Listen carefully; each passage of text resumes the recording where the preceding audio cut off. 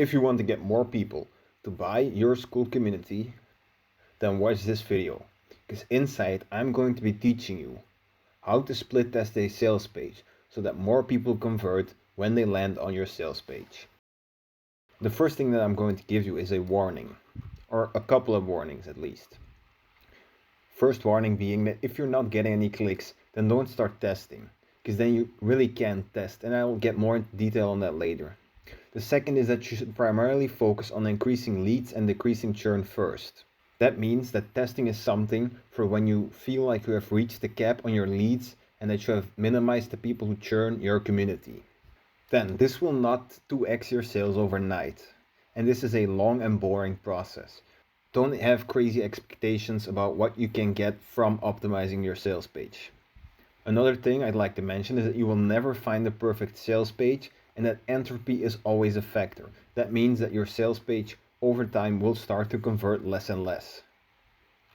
So let's look at the first thing, and this is the variables that we will need in order to track the success of our sales page.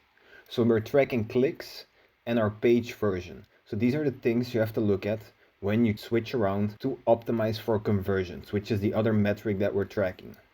Now, for clicks, this is something that I want to discuss in a bit more detail here.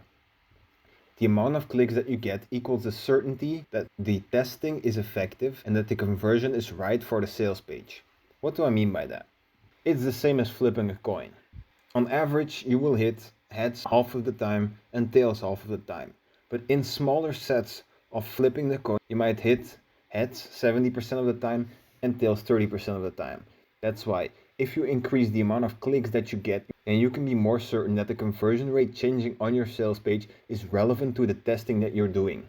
Now I want to give some guidance as to how many clicks you should be looking at before you change your sales page. If you are not getting a lot of sales page views, then the minimum that I recommend before you test another page is 100 views. The average is 250, so after 250 you can say, okay, maybe I should change my sales page right now. And a maximum to get a good result, or to get a result that is as close as possible without wasting too much time, should be around 1,000 clicks. Another thing I'd like to mention is that during your testing you always have to keep this variable consistent. So if you start out testing with 100 clicks, then keep it at 100 clicks for every test you do, regardless of whether you increase clicks or not. Same goes for 250 and same goes for 1,000, because the conversion rate might change. So if you don't keep your variable consistent, then that will mess up your tracking and you have to start all over again.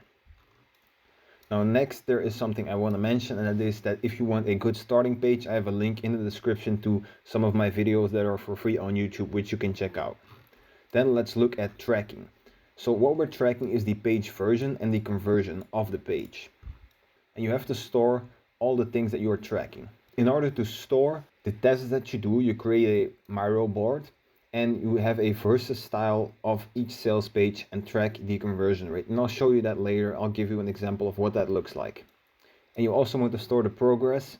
You do this by creating a Miro board or anything else if you find another program more comfortable to use. And then you add a graph. On the vertical axis, you add the iterations, and on the horizontal axis, you add the conversion rate. So then let's look at what it looks like in practice. So in practice, you want to have the page versions, and these are the things that you want to test. You want to have your copy tested, you want to have your images tested, and you want to test your VSL. Now you want to test small changes, because if you test big changes, that leaves you guessing what increased the conversion.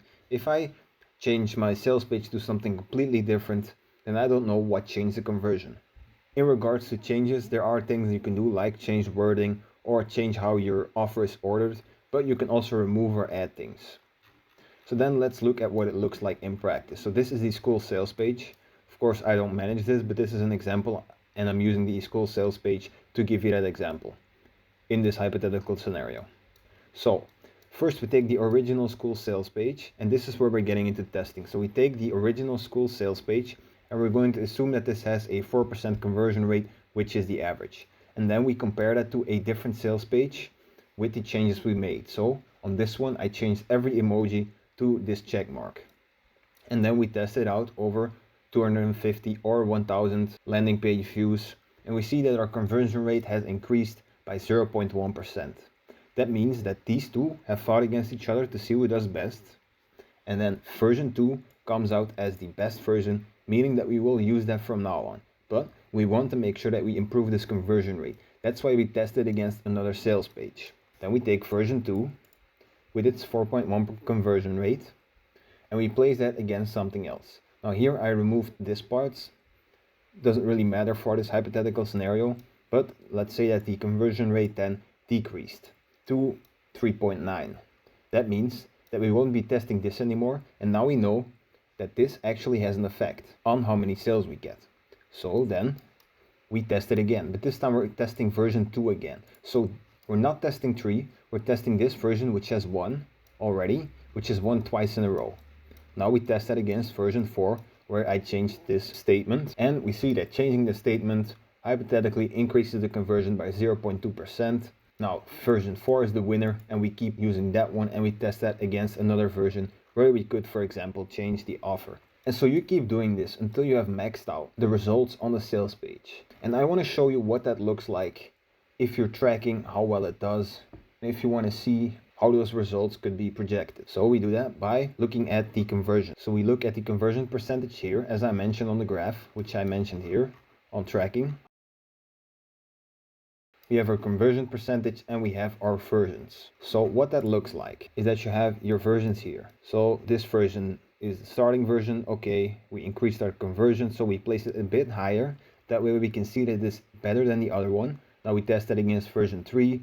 Okay, version 3 does worse, that's why we lower it based on how it ranks on that percentage of conversion, and we keep doing that. Now, it might look like there's not a lot of things going on, and you might be right, but if we do this over many different iterations, then your graph will look something like this, and you can see that it slowly starts increasing over time with the percentage ways. And while that might not make a big difference if you're not getting a lot of customers, if you are getting a lot of customers, then an increase of 0.5% or 1% could actually mean that you're making $1,000 more a month. So that's it for this video.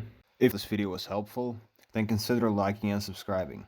And if you are a content creator and you want me to help you in creating and scaling an info product, or you just want to know why I make these videos, then click the first link in the description.